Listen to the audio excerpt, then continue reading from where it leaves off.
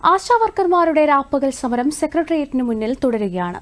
മികച്ച വേതനം, മികച്ച തൊഴിലന്തരീക്ഷം അടക്കമുള്ള വിവിധ ആവശ്യങ്ങൾ ഉന്നയിച്ചാണ് സമരം. പ്രതിപക്ഷ നേതാവ് വി.ഡി. സതീശൻ സമരപ്പന്തൽ സന്ദർശിച്ച് സമരക്കാർക്ക് ഐക്യദാർഢ്യം പ്രഖ്യാപിച്ചിരിക്കുകയാണ്. ഏറ്റവും പുതിയ വിവരങ്ങളുമായി ദൂരദർശൻ പ്രതിനിധി വിനയ തത്സമയം ചേരുകയാണ്. വിനയ, സമരം 10ാം ദിവസത്തിൽ എത്തി നിൽക്കുന്നു. എങ്ങനെയാണ് സമരം പുരോഗമിക്കുന്നത്?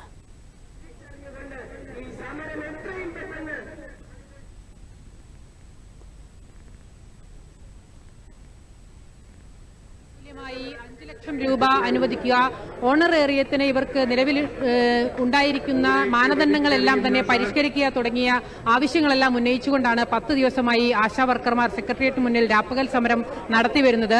അല്പസമയം മുമ്പ് പ്രതിപക്ഷ നേതാവ് വി.ഡി. സതീശൻ സമരപ്പന്തലിലെത്തുകയും ഈ സമരത്തിന് ഐക്യദാർഢ്യം പ്രഖ്യാപിക്കുകയും ചെയ്തു. ആശാവർക്കർമാർ ഉന്നയിച്ചിരിക്കുന്ന ആവശ്യങ്ങളെല്ലാം ന്യായമാണെന്നും അവരുടെ ഓണറേറിയത്തിൽ കാലാനുസൃതമായ പരിഷ്കരണത്തിന്റെ ആവശ്യമുണ്ടെന്നും അതിന് മുഴുവൻ സഹകരണവും പ്രതിപക്ഷത്തിന്റെ ഭാഗത്തുനിന്നുണ്ടാവുമെന്നും പ്രതിപക്ഷം ഈ സമരത്തിന് പൂർണ്ണമായി ഐക്യദാർഢ്യം പ്രഖ്യാപിക്കുന്നു എന്നും പറഞ്ഞുകൊണ്ടാണ് അദ്ദേഹം സമരപ്പന്തലിൽ നിന്നും മടങ്ങിയത്.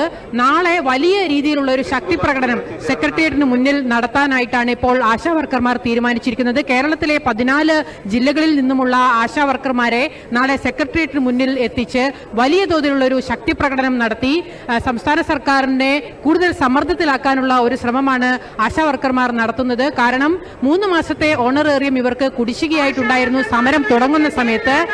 കഴിഞ്ഞ ദിവസമാണ് സംസ്ഥാന സർക്കാർ 2 മാസത്തെ കുടിശ്ശിക അനുവദിച്ചുകൊണ്ട് ഉത്തരവിറക്കിയത്. എന്നാൽ സംസ്ഥാന സർക്കാർ അത്തരത്തിലൊരു ഉത്തരവിറക്കിയിട്ടുണ്ട് എങ്കിൽ കൂടിയും ആശാവർക്കർമാരുടെ ബാങ്ക് അക്കൗണ്ടുകളിൽ പണം ഒന്നും തന്നെ എത്തിയിട്ടില്ല. നിലവിൽ ഇപ്പോഴും ഓണറേറിയം കുടിശ്ശികയായി തന്നെ തുടരുകയാണ്. സംസ്ഥാന സർക്കാർ പറയുന്നത് വിശ്വസിക്കാൻ തയ്യാറല്ല എന്നുള്ള നിലപാടിലാണ് ആശാവർക്കർമാർ ഉള്ളത്. അതുകൊണ്ട് തന്നെ സമരവുമായി ശക്തമായി തന്നെ മുന്നോട്ട് പോകാനാണ് ആശാവർക്കർമാർ തീരുമാനിച്ചിരിക്കുന്നത്. ശരി, വ്യക്തമാണ്.